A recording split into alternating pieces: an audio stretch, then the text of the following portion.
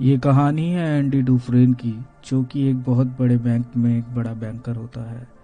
और हम यहाँ देखते हैं जज एंडी को उसकी पत्नी और उसके लवर के मर्डर के झूठे आरोप में उम्र कैद की सजा सुना देता है। और सजा के बाद एंडी को एक ऐसी जेल में भेजा जाता है जहाँ से आज तक कोई भी कैदी भाग नहीं सका। इस जेल का नाम होता है शॉशैंक। जेल में ऐसे ऐसे कैदी होते हैं जिन्होंने अपनी सारी जिंदगी यहाँ बिता दी होती है, और जब वो इस जेल में आए थे तब बाहर की दुनिया कुछ और ही थी, पर अब वो पूरी तरीके से बदल चुकी है। ये जेल और इसके रूल बहुत ज़्यादा सख्त होते हैं, और अगर कोई भी कैदी यहाँ से भागने की कोशिश करता है तो उसे मार मार कर अधमरा कर दिया जाता है। भोला भाला एंडी इन खतरनाक मुजरिमों के बीच में आके काफ़ी डरा हुआ महसूस करता है और काफ़ी दिनों तक किसी से भी बात नहीं करता। कुछ दिनों बाद एंडी की मुलाकात रेड से होती है, जो कि इस जेल में किसी भी सामान को बहुत आसानी से मंगवा सकता है। रेड इस जेल में पिछले 20 सालों से कैद है और इस जेल को बहुत ही अच्छी तरीके से जानता है। एंडी रेड से कहता है कि उसको एक हथौड़ी और एक फिल्म स्टार का बहुत बड़ा पोस्टर चाहिए, जिस पर रेड पूछता है, क्या तुम उस हथौड़ी से जेल में सुरंग बनाना चाहते हो? तो एंडी कहता है, जब तुम उस हथौड़ी को देखोगे तब तुम खुद ही समझ जाओगे। रेड एंडी को वार्न भी करता है कि कुछ भी करने से पहले सोच लेना, और 3 कैदियों की तरफ इशारा करते हुए एंडी को बताता है कि उनकी तुम पर गंदी नजर है। तो एंडी पूछता है कि अगर मैं उन्हें बता दूं कि मैं गे हूं तो? जवाब में रेड कहता है कि इससे इन्हें कोई फर्क नहीं पड़ता। अगले सीन में हम देखते हैं कि रेड ने एंडी के सामान को मंगा लिया होता है, और जब वो उस हथौड़ी को देखता है तो मन ही मन सोचता है कि इस हथौड़ी से सुरंग बनाने में तो 100 साल लग जाएंगे। दरअसल में एंडी को पत्थर तराशने का शौक होता है, और वो हथौड़ी किसी तरीके से एंडी तक पहुंचा दी जाती है। अब कुछ दिनों बाद वो 3 कैदी जिनकी गंदी नज़र एंडी पर होती है, उसको एक जगह पर अकेला पाकर उसका शारीरिक शोषण करते हैं। ऐसा वो तीनों अगले 2 सालों तक जारी रखते हैं, और एंडी भी चुपचाप रहने लग जाता है, और अक्सर उसके शरीर पर चोटों के निशान भी देखने को मिलते हैं। एक दिन छत की मरम्मत करने के लिए कुछ कैदियों को चुना जाता है, जिसमें रेड के साथ साथ एंडी भी होता है। यहाँ पर हम हेडली नाम के एक ऑफिसर को देखते हैं, जो कि काफ़ी परेशान होता है और अपने साथी गार्ड्स को बताता है कि उसके भाई ने उसके नाम पर 30,000 US डॉलर किए होते हैं, पर इन सब का कोई फ़ायदा नहीं, क्योंकि सरकार वो सारा पैसा हेडली से टैक्स के रूप में ले लेगी और उसके पास कुछ भी नहीं बचेगा। एंडी वहीं खड़ा होकर उनकी बात सुन रहा होता है, और हेडली के पास जाकर पूछता है, क्या तुम अपनी बीवी पर विश्वास करते हो? इस बात को सुनकर हेडली को गुस्सा आ जाता है, और वो एंडी को छत से फेंकने के लिए छत के किनारे लेके जा ही रहा होता है। इतने में ही एंडी उसे गवर्नमेंट के एक रूल के बारे में बताता है, जिसके जरिए एक आदमी अपने पूरे जीवन काल में अपनी बीवी के नाम 60,000 US डॉलर तक बिना किसी टैक्स के ट्रांसफ़र कर सकता है। इसके आगे एंडी कहता है कि इस काम के लिए उसे एक अच्छे वकील की ज़रूरत होगी, जो कि मैं फ्री में तुम्हारे लिए कर सकता हूँ। बस बदले में तुम मुझे और मेरे साथियों को 3-3 बियर पिला देना। अगले दिन हम देखते हैं कि एंडी के सभी साथी छत पर बैठकर बियर का मजा ले रहे होते हैं, जिसका मतलब एंडी ने हेडली का टैक्स बचाने का काम कर दिया था। इसके कुछ दिनों बाद सभी कैदियों को एक रात फिल्म दिखाई जा रही होती है, जहां से एंडी बाहर आ जाता है, और वो 3 कैदी भी उसके पीछे पीछे आ जाते हैं, और इस बार भी वो एंडी का शारीरिक शोषण करने की कोशिश करते हैं। पर एंडी इस बार उनके एक लीडर पर वार करता है, और इसके बदले में वो तीनों एंडी को इतना मारते हैं कि उसे 1 महीने तक हॉस्पिटल में रहना पड़ता है। साथ ही में एंडी को जिसने मारा होता है, उस कैदी को 1 हफ्ते के लिए काल कोठरी में भेज दिया जाता है। पर जैसे ही वो कैदी 1 हफ्ते बाद अपने सेल में वापस आता है, तो हेडली वहाँ पहले से ही मौजूद होता है, और उस कैदी को इतनी बुरी तरह से मारता है कि वो पूरे जीवन के लिए अपंग हो जाता है। इसके कुछ दिनों बाद इस जेल का जेलर तलाशी के बहाने से एंडी से मिलने उसके सेल में आता है। दरअसल में हेडली ने जेलर को बता दिया होता है कि कैसे एंडी ने उसका टैक्स बचाने में मदद की थी। एंडी के हाथ में बाइबल देखकर वो एंडी से पूछता है, क्या तुम भी ईश्वर में विश्वास करते हो? जिस पर एंडी हाँ कह देता है। एंडी के सेल में काफ़ी अलग अलग फिल्म पोस्टर को देखकर जेलर उसे बताता है कि वैसे तो ये सब बिल्कुल भी अलाउड नहीं है, पर मैं इस बार इसे नजरअंदाज कर रहा हूँ। पर हैरानी की बात तो ये होती है कि जेलर को तलाशी के दौरान वो हथौड़ी नहीं मिलती जो एंडी ने रेड से मंगवाई होती है। इसके बाद जेलर वहां से निकल जाता है और कुछ ही देर बाद एंडी को उसकी बाइबल वापस करने आता है और कहता है कि मुक्ति इसी में ही है। इसके कुछ दिनों बाद जेलर एंडी को अपने पास बुलाता है और उसे बताता है कि वो उससे कितना खुश है, और इसी बात पर एंडी को असिस्टेंट लाइब्रेरियन बना देता है।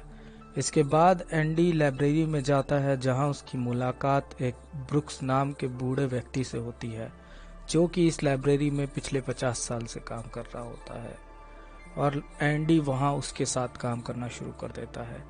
इसके बाद हम देखते हैं कि एंडी के टैक्स बचाने की खबर अब पूरे जेल में फैल चुकी होती है और बाकी सारे ऑफिसर भी एंडी के पास अपना टैक्स बचाने के लिए आते हैं और एंडी उनके लिए उनकी टैक्स फाइलिंग करना शुरू कर देता है। जब काम बहुत ज़्यादा बढ़ जाता है तो एंडी अपने दोस्त रेड को एज असिस्टेंट अपने साथ काम करने के लिए रख लेता है।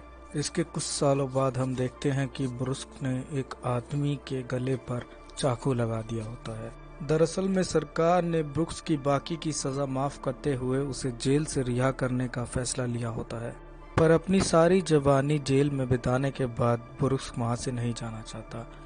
ब्रुक्स इस जेल में 50 साल पहले आया था और अब ये जेल उसके घर बन चुकी है। इसलिए ब्रुक्स फैसला करता है कि अगर वो किसी की जान ले ले तो सजा के तौर पर उसे उसी जेल में रखा जाएगा। पर एंडी और रेड के समझाने के बाद ब्रुक्स मान जाता है और चाकू हटा लेता है। अगले सीन में हम देखते हैं कि ब्रुक्स जेल से रिहा हो चुका है और बाहर की दुनिया में आता है।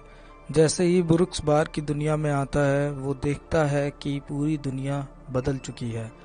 जब ब्रुक्स 50 साल पहले जेल में गया था तब ये दुनिया कुछ और ही थी, और इस बदली हुई दुनिया में ब्रुक्स अपने आप को एडजस्ट नहीं कर पाता और कुछ दिनों बाद अपनी जान लेने का फैसला लेता है। इसके बाद हम जेल में वार्डन के द्वारा एक नए प्रोग्राम इन आउट की अनाउंसमेंट सुनते हैं। इस प्रोग्राम में जेल के कैदियों को बाहर की दुनिया में ले जाया जाता है जहां वो ईमानदारी से मेहनत करके पैसे कमाना सीखते हैं, और इस प्रोग्राम की वजह से जेलर को एक के बाद एक नए कॉन्ट्रैक्ट मिलना शुरू हो जाते हैं। दरअसल में जेल के कैदियों की मजदूरी सस्ती होने के कारण सभी लोग जेलर को ही अपना कॉन्ट्रैक्ट देना चाहते हैं।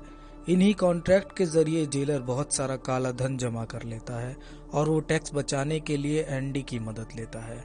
एंडी एक नकली अकाउंट बनाता है जो कि रैंडल स्टीवंस के नाम पर होता है, लेकिन ऐसा कोई व्यक्ति असल दुनिया में मौजूद नहीं होता। वो लोग ऐसा इसलिए करते हैं कि ताकि अगर सरकार को कभी उनके काले धन के बारे में पता भी चल गया तो सरकार एक ऐसे व्यक्ति की तलाश कर रही होगी जो कभी पैदा ही नहीं हुआ। कुछ दिनों बाद जेल में टॉमी नाम का एक नया कैदी आता है जो बहुत ही ज्यादा यंग होता है और काफी अलग अलग जेलों में समय बिता चुका होता है। जैसे ही टॉमी को एंडी के बारे में पता चलता है तो वो एंडी से मदद मांगने के लिए जाता है और कहता है कि मैं अपनी हाई स्कूल की पढ़ाई खत्म करना चाहता हूँ ताकि वो जैसे ही जेल से बाहर निकले एक अच्छी नौकरी करके अपनी बेटी और बीवी के साथ एक खुशहाल जिंदगी बिता सके। टॉमी के कुछ देर मनाने के बाद एंडी भी उसकी मदद करने के लिए मान जाता है। एक दिन जब टॉमी रेड के पास जाता है तो वो रेड से पूछता है कि एंडी जैसा इतना होशियार आदमी ऐसी जेल में क्या कर रहा है, जिसके जवाब में रेड बताता है कि एंडी अपनी बीवी और उसके लवर के मर्डर के जुर्म में यहाँ सजा काट रहा है। अगले ही पल हम टॉमी, एंडी और रेड को एक जगह बैठा देखते हैं जहाँ टॉमी रेड और एंडी को अपने पुराने जेल की कहानियों के बारे में बताता है, और वो बताता है कि वहाँ उसकी एक मुलाकात एक कैदी से हुई थी जो एक रात चोरी करने के लिए एक घर में गया था, पर उस घर का ओनर जाग गया और उस कैदी ने घबराकर ओनर और उसकी बीवी को गोली मार दी। पर बाद में उस कैदी को पता चला कि वो दोनों पति पत्नी नहीं लवर थे, और उस औरत का पति तो एक बैंकर है जिसको उसकी बीवी और लवर के मर्डर के जुर्म में उम्र कैद सुना दी गई। जैसे ही एंडी को ये सब पता चलता है वो जेलर के पास जाता है, पर जेलर उसके बेगुनाह होने के बावजूद भी उसकी कोई मदद नहीं करता। असल में जेलर एंडी को कहीं भी जाने नहीं देना चाहता क्योंकि एंडी ही वो व्यक्ति होता है जो उसके काले धन को वाइट बनाने में उसकी मदद करता है और एंडी को उसके सारे राज पता होते हैं। एंडी जेलर को इनडायरेक्टली धमकी देते हुए भी कहता है कि मैं तुम्हारे ब्लैक मनी के बारे में किसी को भी नहीं बताऊंगा, बस तुम मेरी इस जेल से निकलने में मदद कर दो। इस बात पे उस जेलर को गुस्सा आ जाता है और वह एंडी को 1 महीने के लिए काल कोठरी में डलवा देता है और साथ ही में टॉमी, जिसकी वजह से एंडी को रिहाई मिल सकती थी, उसको गोली मरवा देता है। और जब 1 महीने बाद जेलर एंडी से मिलने काल कोठरी में जाता है तो वो उसको बताता है कि टॉमी ने जेल से भागने की कोशिश की थी और उसकी जान चली गई। पर एंडी ये साफ जानता है कि टॉमी ने ऐसा कुछ नहीं किया और जेलर झूठ बोल रहा है। जेलर ने ही उस टॉमी को मरवाया है। और एंडी जेलर से कहता है कि मैं आज के बाद तुम्हारी किसी भी तरीके से कोई मदद नहीं करूंगा। जिसके बाद जेलर वहां खड़े गार्ड से कहता है इसे 1 महीने और काल कोठरी में रखो। ये आज तक की सबसे बड़ी सजा थी। इतने लंबे समय तक के लिए आज तक किसी को भी काल कोठरी में नहीं रखा जाता। और 2 महीने बाद जब एंडी काल कोठरी से बाहर आता है तो रेड उससे मिलने आता है, जहां एंडी रेड से पूछता है कि क्या तुम कभी इस जेल से बाहर निकल पाओगे, जिस पर रेड कहता है कि शायद जब मैं बहुत बूढ़ा हो चुका हूं तब। एंडी कहता है कि मैं यहाँ से निकलकर जिवातेनियोर जाऊंगा। ये मैक्सिको की सबसे खूबसूरत जगह है। कहा जाता है इंसान यहाँ जाके इसकी खूबसूरती में खुद को भुला देता है। मैं यहाँ जाकर एक रेस्टोरेंट खोलूंगा और समंदर किनारे आराम करूंगा। रेड ये सुनकर परेशान हो जाता है और कहता है कि उम्मीद एक बहुत खतरनाक चीज़ है जो इंसान को पागल भी कर देती है।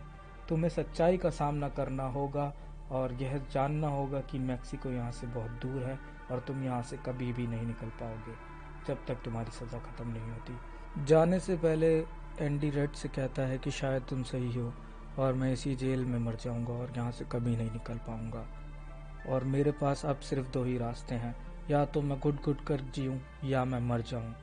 जाने से पहले एंडी रेड से कहता है कि तुम मुझसे वादा करो कि तुम मेरा एक काम करोगे। रेड कहता है हाँ ज़रूर करूँगा। एंडी कहता है कि बस्टन के पास एक बहुत बड़ा मैदान है जहाँ एक बहुत बड़ा पेड़ है। उस पेड़ के पास एक पत्थर की दीवार है जहाँ तुम्हें एक काले रंग का पत्थर मिलेगा। उसके नीचे कुछ गड़ा है। वादा करो कि तुम यहाँ से निकलने के बाद वहाँ जरूर जाओगे। रेड एंडी से पूछता है कि उस पत्थर के नीचे क्या है। एंडी कहता है इसके लिए तुम्हें वहाँ जाना होगा। यहाँ से एंडी सीधा जेलर के पास जाता है और उसका काम करता है। काम करने के बाद एंडी जेलर के सारे इम्पोर्टेंट पेपर्स को उसकी तिजोरी में रख देता है। डॉक्यूमेंट्स रखने के बाद जेलर एंडी को कुछ कपड़े देता है और कहता है इन्हें इस्त्री करवा देना, और साथ ही में अपने जूतों की तरफ इशारा करते हुए कहता है इन्हें सुबह तक आईने की तरह चमका देना। इसके बाद एंडी वापस अपने सेल में जाता है और रेड अपने सेल में। रेड यहाँ रात भर बहुत परेशान रहता है क्योंकि उसे शक होता है कि आज रात एंडी अपनी जान ले सकता है। अगली सुबह जब सभी के सेल के दरवाजे खुलते हैं तो एंडी अपने सेल से बाहर नहीं आता, और जब गार्ड उसके सेल में पहुंचता है तो वो हैरान रह जाता है। वहीं दूसरी तरफ जेलर को दिखाया जाता है जो जूते पहनने के लिए अपना बॉक्स तो खोलता है, पर उसे वहां अपने जूतों की जगह एंडी के जूते मिलते हैं। और इतने में ही जेल के सायरन बजने की आवाज़ सुनाई देती है। यह सायरन तभी बजाया जाता है जब कोई कैदी जेल से भाग चुका हो। जेलर एंडी के सेल में जाता है और वो वहाँ रेड को भी बुला लेता है और पूछता है कि एंडी कहाँ है। रेड कहता है कि मुझे क्या पता। इस पे जेलर बहुत गुस्सा हो जाता है और पूछता है कि क्या वो एक भूत था जो रातों रात यहाँ से गायब हो गया, या उसे जमीन खा गई या आसमान निकल गया। गुस्से में जेलर वहाँ पड़े हुए पत्थर के छोटे छोटे कंकड़ों को सभी के ऊपर फेंकने लग जाता है, और वह एक कंकड़ को उसी पोस्टर के ऊपर भी फेंकता है जो एंडी ने जेल में लगाया था। पर हैरानी की बात तो यह होती है कि वो कंकड़ दीवार से टकराकर जमीन पे वापस नहीं गिरता, बल्कि आर पार हो जाता है। जैसे ही जेलर उस पोस्टर को हटाता है तो वहाँ एक बहुत गहरी सुरंग दिखाई देती है। यह बिल्कुल नामुमकिन था क्योंकि इस जेल की दीवार बहुत ही ज़्यादा मजबूत थी और ऐसी सुरंग को बनाने के लिए एक बड़ी मशीन की ज़रूरत होगी। पर एंडी ने वो नामुमकिन काम भी करके दिखा दिया होता है। पिछले 20 सालों से एंडी एक छोटी हथौड़ी की मदद से ऐसी सुरंग को बना रहा था। इसके बाद सभी गार्ड वहां जाते हैं जहां से एंडी बाहर निकला था। वहां उन्हें एंडी के जेल के कपड़े, एक साबुन, एक कंघी और वो हथौड़ी मिलती है जिसे एंडी ने 20 साल पहले रेड से मंगवाया था। जिसके बाद हमें पता चलता है कि पिछले 20 सालों से एंडी उसी हथौड़ी की मदद से जेल में एक सुरंग बना रहा था और जो मिट्टी उस सुरंग से निकलती थी उसे वो जेल के ग्राउंड में फैला देता था। एंडी ने आखिरी बार जब जेलर के लिए काम किया था तब जेलर के ब्लैक मनी के सारे इम्पोर्टेंट डॉक्यूमेंट अपने पास रख लिए थे और डॉक्यूमेंट की जगह अपनी बाइबल रखती होती है जिसके बारे में जेलर को पता नहीं चलता। साथ ही में जेलर ने जो कपड़े एंडी को आयरन करने के लिए दिए थे उन्हें एंडी ने अपने जेल के कपड़ों के नीचे पहन लिया होता है और जेलर के जूतों को अपने जूतों की जगह पहन लिया होता है। रात को सारी लाइट बंद होने के बाद एंडी सुरंग से होता हुआ एक गटर के पाइप के पास जाता है और उसी हथौड़ी से उस गटर के पाइप को तोड़ता है और उस पाइप से रेंगता हुआ जेल से बाहर निकल जाता है। एंडी ने वो काम कर दिखाया होता है जो आज तक कोई भी नहीं कर पाया, शॉशैंक जेल से बाहर निकलने का काम। हालांकि उस गटर की पाइप की लंबाई 2 फुटबॉल मैदानों जितनी लंबी होती है और उसे रेंगते हुए पार करना बहुत मुश्किल होता है, पर एंडी ने ये काम कर दिखाया होता है। अगले सीन में हम देखते हैं कि एंडी एक बैंक में जाता है और जेलर से चुराए हुए सारे डॉक्यूमेंट्स की मदद से जेलर के सारे ब्लैक के पैसे को निकाल लेता है। असल में एंडी ही वो व्यक्ति होता है जो जेल से उस अकाउंट के नकली साइन करके जेलर के सारे ब्लैक के पैसे को व्हाइट के रूप में बैंक में जमा करवा देता है। कुल मिलाकर उस अकाउंट में पूरे $2.95 मिलियन होते हैं। इसका मतलब अब एंडी ना सिर्फ आज़ाद है बल्कि अमीर भी हो चुका है। एंडी के पास जो भी सबूत जेलर के खिलाफ होते हैं उन्हें वो प्रेस में भिजवा देता है और एक खबर छपती है कि शॉशैंक जेल का जेलर वहां के कैदियों से गैर कानूनी तरीके से मजदूरी करवा रहा है। जब जेलर तिजोरी को खोलकर देखता है तो उसे पता चलता है कि उसमें उसके पेपर्स नहीं बल्कि एंडी की बाइबल होती है जिसके पहले पेज पर एंडी ने लिखा होता है मुक्ति इसी में ही है। जैसे ही जेलर पेज पलटता है तो उसे वहां एक हथौड़ी का निशान दिखता है। दरअसल में एंडी ने पेज को काट काट कर वहां एक हथौड़ी की शेप का सांचा बनाया होता है जिसमें वो उस हथौड़ी को रखा करता था और आज से 20 साल पहले जब जेलर एंडी को उसकी बाइबल वापस करने आया होता है तब भी वह हथौड़ी उसी बाइबल में होती है। अब जेलर के सारे राज खुल चुके होते हैं और जैसे ही पुलिस उसे गिरफ्तार करने आ रही होती है जेलर खुदकुशी कर लेता है। कुछ वक्त बीतने के बाद रेड भी जेल से रिहा हो जाता है और एक छोटे स्टोर में नौकरी करने लग जाता है, पर बाहर की दुनिया में रेड का मन बिल्कुल भी नहीं लगता और वो ब्रुक्स की तरह अपनी जान लेने का फैसला करता है। पर उसी वक्त उसे एंडी से किया हुआ अपना वादा याद आता है और वह एंडी की बताई हुई जगह पर पहुंचता है जहां उसे एक बड़े से खाली मैदान में एक बड़ा सा पेड़ दिखता है जिस पेड़ के साथ में वही पत्थर की दीवार होती है जिसके बारे में एंडी ने उसे बताया था।